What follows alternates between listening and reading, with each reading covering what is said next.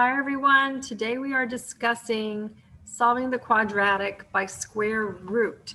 So here we are going to have x squareds in our examples. However, we will need to take a square root in order to get our answers.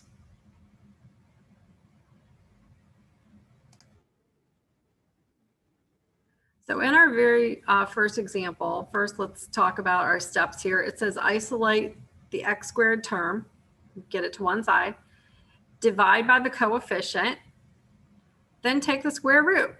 But remember, when we take a square root, we will have a positive answer and a negative answer. So when we take a square root, we get a positive and a negative. Okay. So here with our first example, we have 2x squared minus 50 equals 0.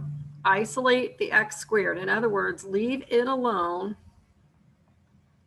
Take the 50 to the other side.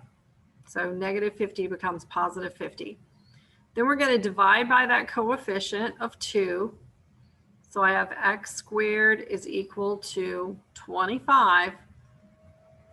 And now I'm going to do a square root. When I do that, I get a plus and a minus here. So I have x is equal to a positive square root of 25, and square root of 25 is 5, so 5.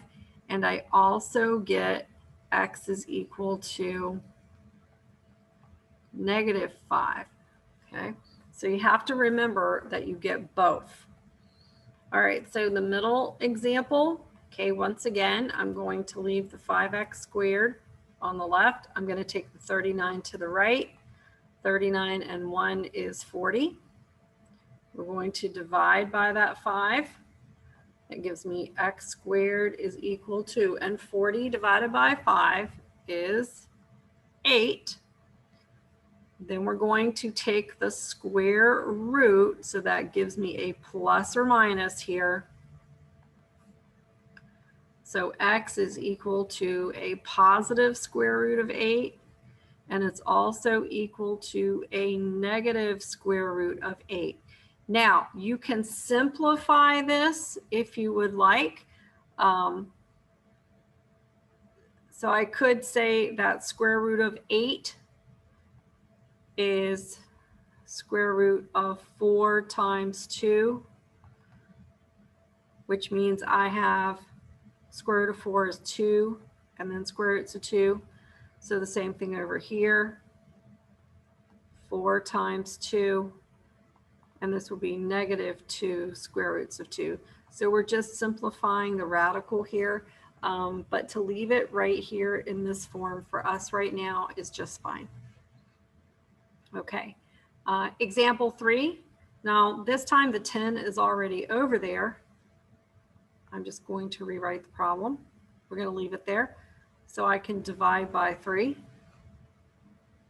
So I have x squared is equal to 10 thirds.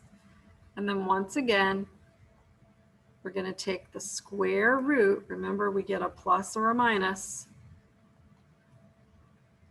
So x is square root of 10 thirds, and x is also negative square root of 10 thirds. Okay, and we can just leave it in this form for right now. Okay, we do not need to worry about simplifying that square root out of the denominator.